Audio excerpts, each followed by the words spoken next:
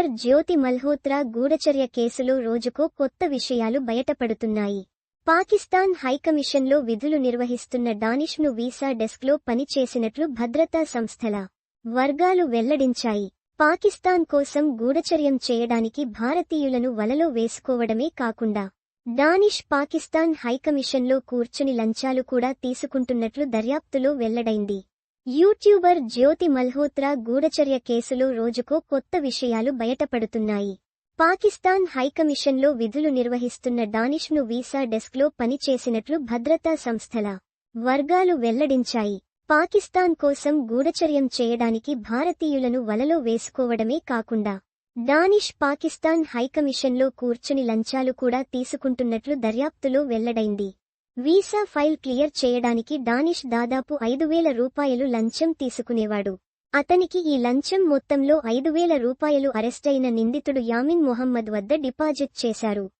మరోవైపు యామిన్ మొహమ్మద్ వీసా కోసం పాకిస్తాన్ హైకమిషన్కు వచ్చే వ్యక్తులను మోసం చేసి వారిని డానిష్కు పరిచయం చేసేవాడు. ఆపై డానిష్ సూచనల మేరకు యామిన్ క్లయింట్ నుండి లంచం మొత్తాన్ని తీసుకునేవాడని నిఘా వర్గాల విచారణలో వెల్లడైంది. పాకిస్తాన్ హైకమిషన్లో పనిచేస్తున్న Danish mobile number Pakistan high commission పేరు మీద రిజిస్టర్ అయ్యింది.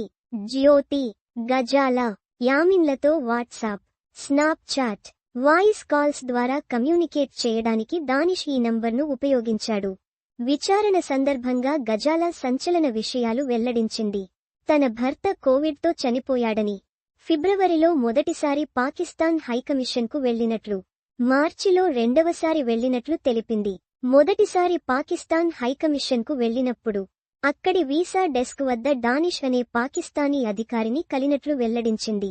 తన గురించిన మొత్తం సమాచారాన్ని తీసుకుని తన మొబైల్ నంబర్ ఇచ్చాడని తెలిపింది. కాగితపు పని పూర్తి చేసిన తర్వాత అక్కడి నుండి బయలుదేరానని, తన నంబర్ కూడా డానిష్ అనే పాకిస్తానీ అధికారి దగ్గర ఉందని తెలిపింది. ఆ తర్వాత వాళ్లు ఫోన్ చేసి వీసాలో కొన్ని పత్రాలు లేవని, మరోసారి పాకిస్తాన్ హైకమిషన్కి రావాల్సి వస్తుందని చెప్పారు. దీని తర్వాత మళ్లీ పాకిస్తాన్ హైకమిషన్కి వెళ్లానని, ఆ సమయంలో చాలా మాట్లాడుకున్నాము. ఆ తర్వాత డానిష్ క్రమం తప్పకుండా ఒకరితో ఒకరు మాట్లాడుకోవడం మొదలుపెట్టామని పేర్కొంది. డానిష్ తనకు పెళ్లయిందని, అతని భార్య కూడా అతనితోనే నివసిస్తుందని, కానీ అతను నన్ను పెళ్లి చేసుకోవాలనుకుంటున్నాడని, ఈ విషయానికి తన భార్యకు కూడా చెబుతానని చెప్పాడు అని విచారణలో గజాలా వివరించింది. డానిష్ తన అవసరాలకు తనకు యూపీఐ ద్వారా డబ్బులు పంపేవాడని గజాలా ఒప్పుకుంది.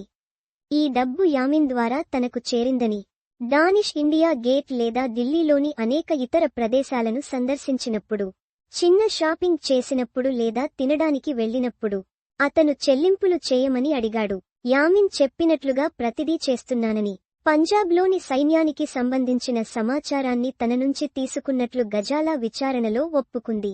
ఇలా యామిన్ ద్వారా డానిష్తో సాన్నిహిత్యం పెరిగినట్లు తెలిపింది. మరిన్ని క్రైమ్ వార్తల కోసం